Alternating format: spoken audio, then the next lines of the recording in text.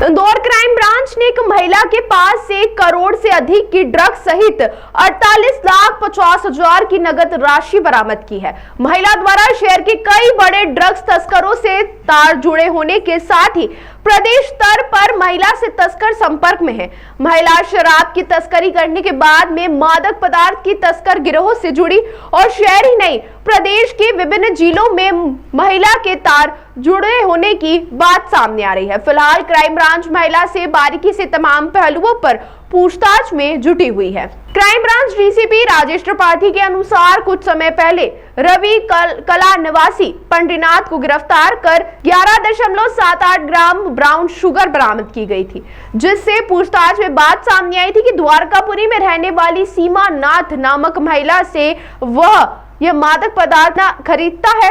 इसके बाद में crime branch additional DCP Rajesh Dhandotiya और एसपी देवेंद्र दुर्वे के निर्देशन में टीम गठित की गई।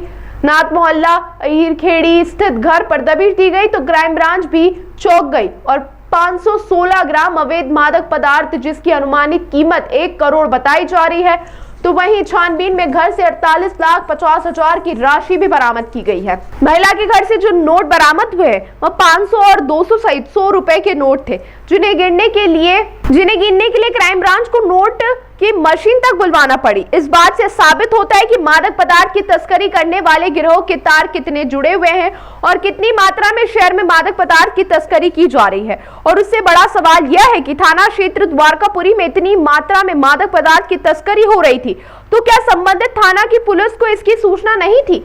आने वाले समय पर पुलिस की वरिष्ठ अधिकारी इस और भी कार्रवाई कर सकते हैं।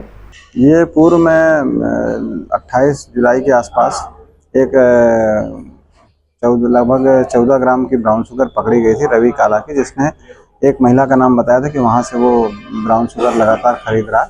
इसी बात को लेकर के कल भी सूचना मिली कि सीमानाथ जो हिरखेड़ी द्वारकापुरी थाना क्षेत्र में रहती है, वो लगातार ब्राउन शुगर विक्रय का काम कर रही है और पूर्व में भी इस तरह की सूचनाएं थी। उसका क्रिमिनल रिकॉर्ड भी चेक किया गया, तो पहले भी एनडीपीएस एक्ट के मामले थे और बहुत सारे मारपीट के एक्साइज एक्ट के मामले थे। इस पर से क्राइम ब्रांच की 3 टीमों ने एसीपी देवेंद्र दुर्वे और टीआई जितेंद्र सिंह के नेतृत्व में दबिश दी।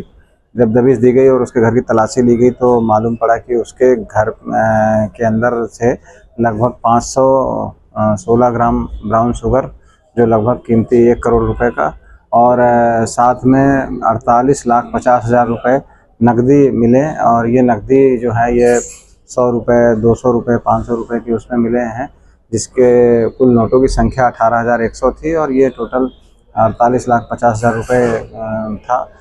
नोटों की संख्या ज़्यादा होने की वजह से नोटों की मशीन बुलवा कर उसकी काउंटिंग कराई गई और मौके पर जो ब्राउन शुगर मिला था उसको जब्त किया गया। और अब महिला को हिरासत में लेकर के आगे पूछताछ की जा रही है कि इतनी बड़ी मात्रा में ब्राउन शुगर वो ला रही थी, कब कब कैसे कैसे बेचा, किस किस से लिया, किस किस को दिया, इन सब के बारे में विस्तृत जानकारी ली जा रही है। सर, किस तरह से ये कितने सालों से संचालित कर रही थी ये पूरा रैकेट, और इसके रैकेट में कौन लोग शामिल थे, कुछ सामने आया है?